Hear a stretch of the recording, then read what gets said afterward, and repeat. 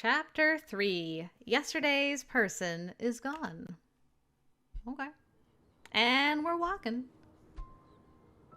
It's pretty similar to Cisalis, don't you think?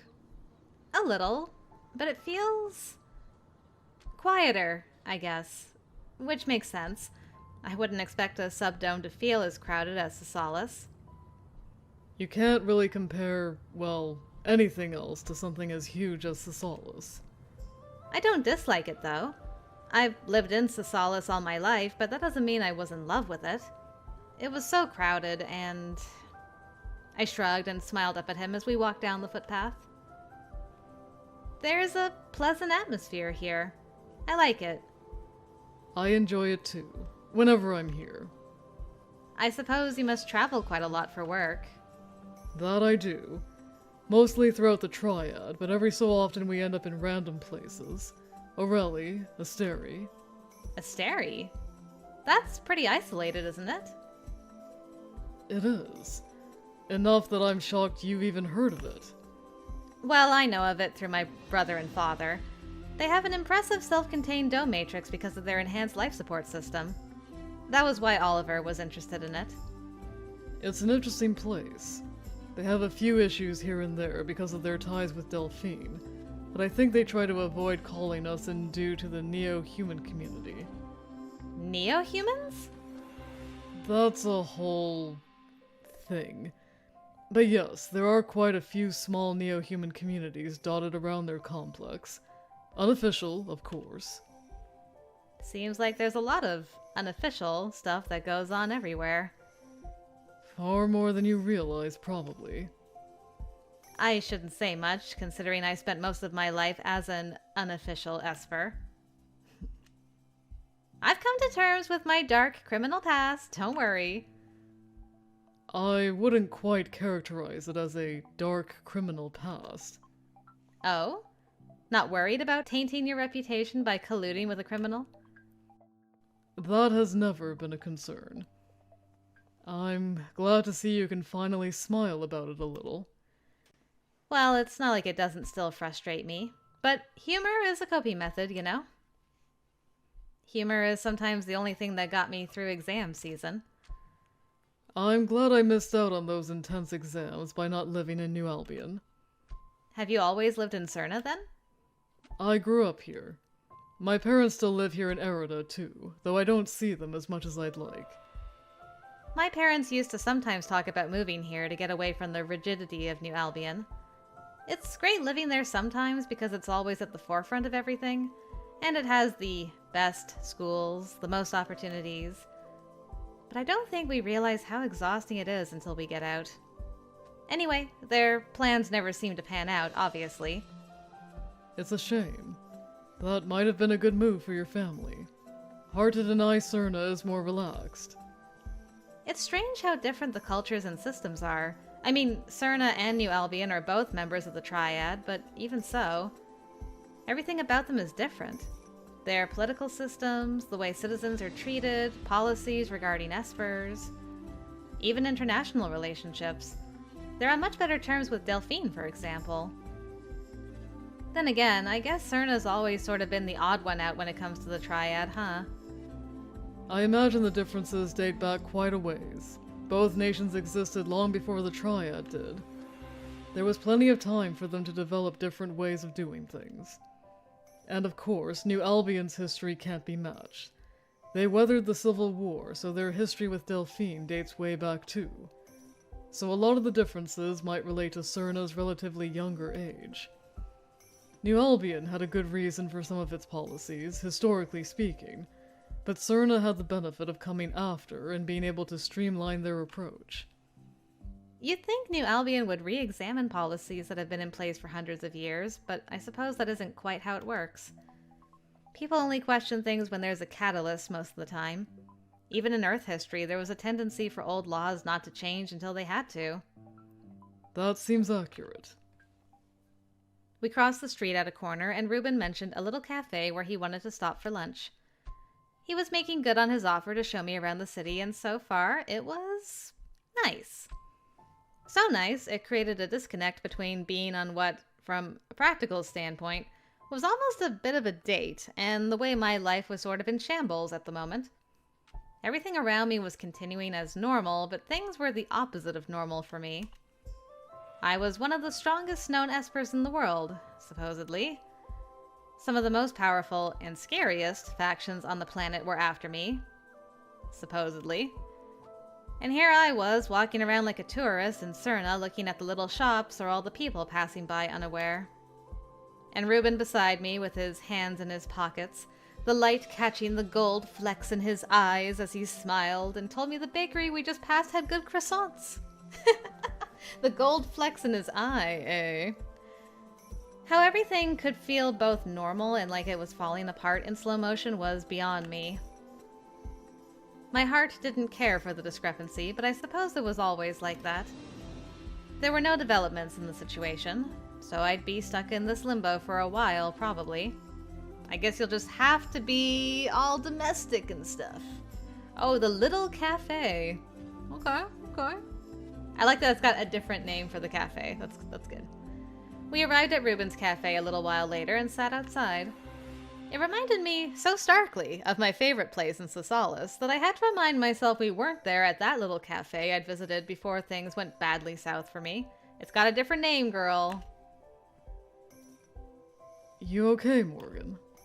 I looked up from the menu and smiled at him, some of the tension leaving me when I was confronted by that worried look on his face. I'm fine. This place reminds me a little of the spot I liked in Cisalis. That place we stopped for brunch. Oh. Yeah, I guess they are similar. That's fun. I really like that. Good job, Esh. Being like, I'm just gonna use this background, but the name's different, and we'll have the characters comment on it. That's a lot of fun. I guess that got me thinking about everything else and the lack of developments. I expected Endgame to do something by now. They could be waiting for things to die down a little first before they try to assert some kind of claim over you. Assert some kind of claim? Ugh. As much as I hate having to accept they'll do that, what do you suppose their ultimate strategy will be, based on your prior experience with them, and given how quiet they're being at the moment? I don't know. This is new ground for all of us, so it's difficult to be sure. But if I had to hazard a guess, I would say they'll give up on the idea of insisting you're a danger to the people around you. There's no solid evidence to suggest that's true. Latching onto your failure to register probably won't get them anywhere significant. They'd have to prove that you knew you were an Esper, and... I mean, technically I did know. Anyway, New Albion has jurisdiction there. Generally, the result of a failure to register is a fine, not some kind of imprisonment at an endgame facility. I suspect most likely they'll try to insist you need to comply with regulations and receive training on how to control your psi. As we said before, they have limited long-distance training for adults, but those are for low-level Espers, not someone of your rank. For you, I imagine they'd suggest that appropriate training can only be done at Cor Solaris, which is where they want you anyway. And what are the chances that I could actually ever leave Cor Solaris should Endgame get me there? Slim, I would assume. Officially, of course, your stay would be temporary, but I imagine they'd find a way to keep you there once they have you. They would say it's too dangerous for you to leave, your psi is unstable, or they'd find ways to delay your training and fabricate whatever reason they can. Of course, that's assuming they attempt to force the issue rather than convincing you to go there. Logically, you choosing to go would be the best thing for them. I'm not sure how easy that would be. They may not convince you that you are a danger to society, but convincing you it's impossible for you to live normally on the outside. I trust that you can, but I can imagine them trying to prove otherwise. And it's possible that they genuinely believe that. Even the agents who tried to apprehend me may have believed they were doing the right thing. I would hope they did, honestly. It would be unfortunate if they believed they were doing the wrong thing, but did it anyway. At this point, even I wondered if they were right. Did I even know what it meant to live normally? Had I ever been able to do that? I didn't know anymore. Our server returned to take our orders, and for a while Reuben shifted the topic away from my situation. I thought it was intentional, an attempt to get my mind off things. But the conversation hit a lull, and my mind went right back to Endgame and how we were waiting for them to make their move, despite Reuben's efforts to get me off that topic. Reuben, I was thinking... He held a hand up almost as soon as I spoke, tipping his head to the side as he stared off to my left. Hold on, Morgan. There was a brief pause before he spoke again. Winter. No, we're out having lunch right now. What is it? Is it urgent? I don't think we can... I understand, but what am I supposed to do with... Bring her? I'm not sure that's... Did you ask Phil if... Of course. Bring me... where? Reuben tapped his fingers on the table for a moment, then let out a sigh, one that instantly told me he'd given in to whatever it was Winter was asking him to do. Okay, I understand. Send the directions. We'll head over right away. Yes, we'll be there soon. He groaned and ran a hand through his hair as he waved a server over to request the lunch we had ordered a little while ago be put in containers so we could take it with us. I watched them retreat, then gave Reuben a look. Is everything okay? Well, as okay as it ever is. Unfortunately, I'm getting called into work. Looks like everyone else is swamped and they don't have much choice. Since I'm not officially assigned to you... He shrugged helplessly. So I can infer from the call that I'm going with you to work. Like, take your stray Esper to work day? Way less fun than that, unfortunately. But I can't leave you alone right now, so I've agreed to take you to the scene with me, yes. We're going to a crime scene? Like an actual... Is that allowed? What kind of crime scene? It's... a home invasion. No one was killed, but there was a victim of an attack. And yes, civilians enter crime scenes all the time, but usually as consultants or specialists. As long as you don't touch anything and you stay where I tell you, it'll be fine. It's not as if there's a crime in progress. There'll be other professionals there surveying things too. I wonder if Morgan's gonna do more of the...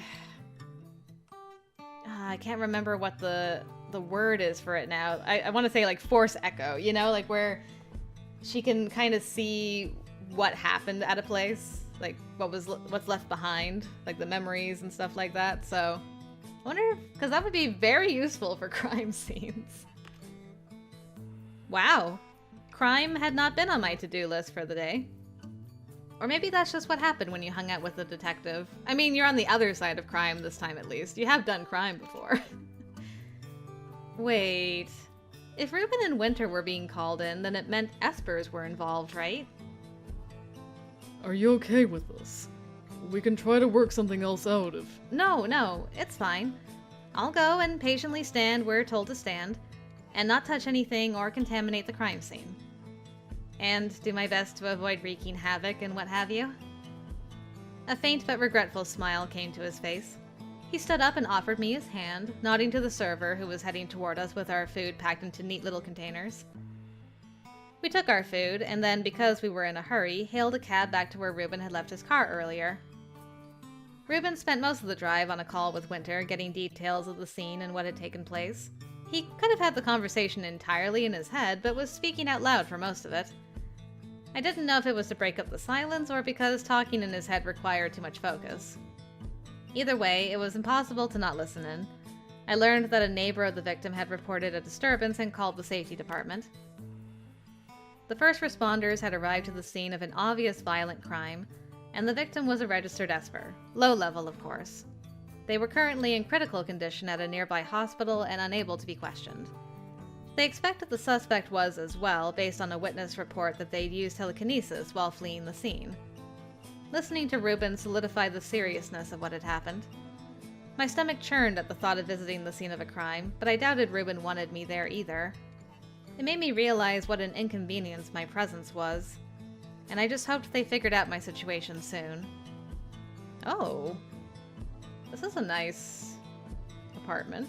It's very similar to Morgan's in some ways, but different too. It's nice. I like it. The moment we arrived at what, on any other day, would have been an unassuming apartment, Winter found us and began to catch Reuben up on the rest of what he'd learned so far. I stood a couple of meters away listening to them. There were so many more people there than I expected, both outside and in. I shifted a little closer to Reuben almost unconsciously as Winter spoke of the victim and suspect. The fact they didn't have a clear description of the person that fled. The fact that someone saw him bolt down a stairwell and force open a locked emergency door with what seemed to be telekinesis, and that they didn't know the relationship to the victim, if any. The door looked like it had been forced open, possibly with Psy as well. When their talk turned back to the victim and their injuries, I tuned the two of them out. I didn't want to hear, and it felt like I shouldn't listen. Instead, I focused on the team with Psi detectors poring over the house to locate signs of residual Psi waves. That's what I gathered from what they were saying to each other anyway. I'd already been aware that Psi waves could linger in a location for a while. It was something Trent had talked about before. I'd never seen the process of looking for them, of course. From the fact they were paying close attention to the door, it seemed that a higher concentration of Psi there suggested the suspect used Psi to enter the flat. They were reconfirming that Psi had indeed been used to force the door. It was the reason for the unusual damage, just as the first responders had thought. The professionalism impressed me as I watched them. Everyone was calm, quiet, and focused on work. Which you'd expect, obviously. But I didn't know that I'd find it as easy to compartmentalize the evidence gathering from the human tragedy involved. It took a very special person, I thought, to do this sort of work. I suppose it was fortunate no one had been killed, but someone had still been badly injured. I was struggling to not be emotional, and I was just a bystander. Then again, I could somewhat understand how focusing on the method might help one place the emotional response in a different place in the process. Work now and deal with emotion later. It seemed difficult, though. Reuben and Winter finished their conversation, and when I glanced that way, Reuben and I locked eyes before he left Winter's side and came to me. You okay? I'm fine. Just trying to stay out of everyone's way. I'm going to have to take a look around. The attack happened in the back bedroom, and I need to go see... Well... Anyway, we'll be getting all the reports later regardless, but Winter and I still need to look around. Don't worry about me, Reuben. You need to do your job, I get it. I'll be fine. The others will keep an eye on you while I'm busy. I've implied you're here to observe, but I didn't give any details. If anyone asks, you can tell them you're not authorized to say. I'll do my best to be the least suspicious person here so no one asks. Sorry about all... If you apologize again, I'm going to request some kind of tribute. I said I'm fine. Okay. Sorry, He stopped and let out a chuckle when he realized he'd done it again. I gave him a knowing smile. I'll be back in a while. Just stay put. He and Winter disappeared toward the back of the flat, and my slight smile faded. His concern was charming in its own way. If it had been up to him, I would never have come here in the first place. I knew that, but I could handle just being here. The others, meaning the other teams present, weren't paying any attention to me anyway. Two people were taking images of everything and labeling things. Another team earlier had been doing some kind of bioscan, but they had moved toward the back of the flat as well. And there was the trio doing the psi scans. They had moved from the door and were starting on this room, but apparently their device was finicky if I was basing it on their frustrated conversation. Two others were near the front door having a quiet conversation. But they were heading to where I was standing, so I relocated out of their way. In any case, I wasn't sure if my psi would disrupt their machine. Could it pick up inactive psi? Or at least I assumed my psi was inactive. I wasn't trying to use it anyway. But apparently I didn't have to try. Well, I'd have to do my best to stay away from them. I kept an eye on them and edged around the room as they moved around. Hopefully Reuben wouldn't be too... My thought cut off when a powerful wave of nausea hit me out of nowhere. Oh, she's seeing it. Oh yeah, she's seeing it. Girl, good on ya. I doubled over, vision going white as the hearing in both ears blanked out, replaced by a thin, high-pitched tone. I thought I put a hand to the side of my head, but I couldn't see or feel anything except the jolt of my knees hitting the floor. The world went spinning away from me until the image of my surroundings bled back in. Only everything was faded and muted, dark around the edges like looking at it from far away. The investigation teams were gone, and I felt like I was dangling nauseatingly from the ceiling, watching a scene unfold below me. Someone came through the front door, a blurry form whose details I couldn't fully make out. In my mind, I heard the soft beep of the access code. This was home. This person belonged here. I could tell that much. They dropped their things on the sofa and tossed the jacket aside, disappearing towards the back. Beyond my confusion was panic as I tried to claw my way down the walls and stop whatever this was. Why was I here? I shouldn't be here. It was the groan of metal that made me pause. The front door twisted, opened. Someone was there. It was not someone who should be here. The first figure came flying out of the back room as someone else entered. Foreign emotions invaded from the outside, overlapping my own. Anger, surprise. The first figure fled to the back bedroom. The other followed. They had something in their hands. I couldn't see what it was. I couldn't see the details, but I also couldn't look away. There were more shouts. A powerful sense of anger hit me. No, rage. Then intense terror. There was a muted crash, a short-lived scream.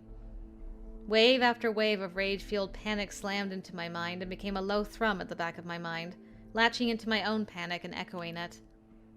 The second figure burst out of the hallway seconds later. Dread was all over their face, and the rage had evaporated. For a moment, it was as if I was watching a movie and the frame froze.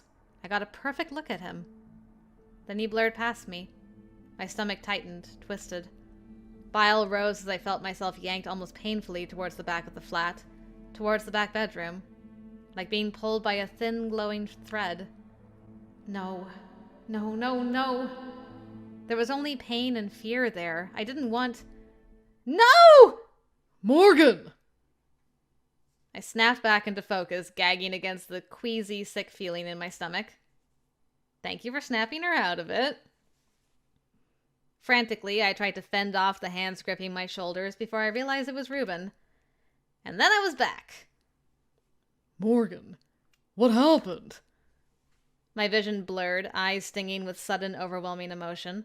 And I curled into him, letting out something that was somewhere between a sob and a gasp. We were both crouching on the floor, and I made no move to get up. Back off. Give her some space. Morgan, can you hear me? I tried to speak, but my tongue was glued to the top of my mouth, throat taut and painful. That was... Reuben, I think I'm going to be sick. Whoa. How did we end up in Endgame's hallway? Hello. Here, Winter was able to find this for you. Reuben, who had disappeared after depositing me in the hall, offered me a bottle of water as he crouched in front of me. Good man, Winter. Winter is very resourceful. Thank you. Feeling better? A little. Not as dizzy as I was. Reuben, sorry to interrupt again. They said they'd have a virtual sketch artist waiting at the office for you. Jackson's complaining that you didn't bring one with you if you were going to bring a psychometric consultant. He's also complaining that Morgan's Psy... I'm not interested in Jackson's complaints right now. I get that his team may have to put their Psy wave scans on hold, but... His jaw tightened and he shut his eyes, exhaling slowly. As you may recall, it wasn't my idea to bring Morgan, so I'm not going to field the complaints. If you need an excuse to give him, just say we were called in at the last minute. They can take it up with whoever had that brilliant idea. Sure, I'll relay that. I'm sure Phil will be thrilled when he gets the call. Reuben shrugged. Winter shot me an unreadable look before he disappeared back inside. Reuben's annoyed expression went sympathetic when he rejoined me on the floor. Sorry for this. for making everyone frustrated and... You don't have to apologize for anything, Morgan. What I said to Winter was true. Neither of us wanted you here. And it was short-sighted as hell for none of us to consider you might be sensitive to any psychometric echoes at a damn crime scene. If anyone should be complaining, it's you. I don't think anyone is to blame. Are you really okay? You look like you were going to black out. I nearly did. But I really am okay now. That was just a bizarre experience, and things were spinning and distorted. There were feelings that weren't mine. It was nauseating, remembering the sensation, though I wasn't panicked anymore now that I knew what had happened. Listening to my incoherent babbling earlier, Reuben had put together that I'd had a psychometric experience. Post-cognition. Thank you. That was what I was trying to remember. It was probably triggered by some strong psionic echo I'd encountered without realizing. As he said, none of us had expected me to experience something like that. Of course, my going to pieces made everyone else assume I was some extreme newbie psychometrist Reuben had brought with him as a specialist. The newbie part was true, but the rest of it we let the others believe because it was more convenient. Though enough of them had put together who I was, I doubted that rumor would last long. And now I was calm again, and the existential horror was fading, so I was embarrassed at having a total meltdown. And there were other... feelings. I was letting the embarrassment stay at the surface so I didn't have to think about the rest for now. I'm sorry for worrying you. Nothing like this has ever happened before, so I wasn't sure what was going on. I was so wrapped up in that vision. It felt so real. While the level of detail you described earlier does seem noteworthy, at least there at the end of it. Which was why I had to talk to a sketch artist now. Because I was an actual witness to a violent crime, sort of. I hadn't witnessed the attack itself, just the lead-up and a bit of the aftermath. When they got enough information out of me to realize I'd seen the suspect's face, it had set off a new flurry of activity. I'm sorry, I should have been more aware of... Now who's the one over-apologizing? I have no idea what you think you should have been aware of. We're the ones who messed up. You did have a power surge and, presumably, a permanent increase in ability. It was utterly irresponsible to bring you here, and I should have refused. I don't think it's reasonable to assume you should have realized this would happen. I'm not sure that's true, but let's leave it at that for now. Winter might throttle us if he comes out here to find we've worked ourselves into some sort of infinite apology loop. You going to be okay stopping by the office? Well, I don't imagine I have a choice. And please do not say sorry. He stood and held a hand out to me. I got to my feet slowly in case the dizziness wanted vengeance, but it seemed fine. Winter, we'll be leaving for the office now. Are you good to finish up here? No, she's fine, I think. She was just unnerved and feeling nauseous from the experience. I'll tell her. Yes, that should be fine. Right. We'll touch base later. He disconnected and motioned me to follow him as he started down the corridor. When I fell into step beside him, one of his hands went to my back as if to steady me. Or maybe reassure me. So sweet. Winter says he's glad you're feeling better. I feel terrible for worrying everyone, and disrupting your work. Is Winter going to be okay finishing up by himself? He'll be fine. He doesn't need me here anyway. He's handled more than enough crime scenes to manage alone. More than enough? He doesn't seem much older than me. He can't be if we went to the same primary school. He came to the Esper crime unit about 3 years ago. Have you two been partners since then? Pretty much. That still wasn't that long. I hope he doesn't have to juggle too many questions about me. As I said, Winter will be fine. The story we gave them isn't too much of a stretch anyway, and he's good at deflecting. I feel a little bad that he has to, but if what I saw can be helpful, then maybe it's worth it. Morgan, it's not your job to help us. That isn't why I brought you here today. You should not have had to endure that. I mean, I get it. I won't say it wasn't distressing, but most of that was because I had no idea what was happening. The rest... well, I was still trying not to think about it. Look, no one else saw this guy's face. I did. And everything else aside, I think that's something to be grateful for. I'm glad you can look at it that way, but still. For now, let's just get you to the office. We can talk about it more later, okay? Of course.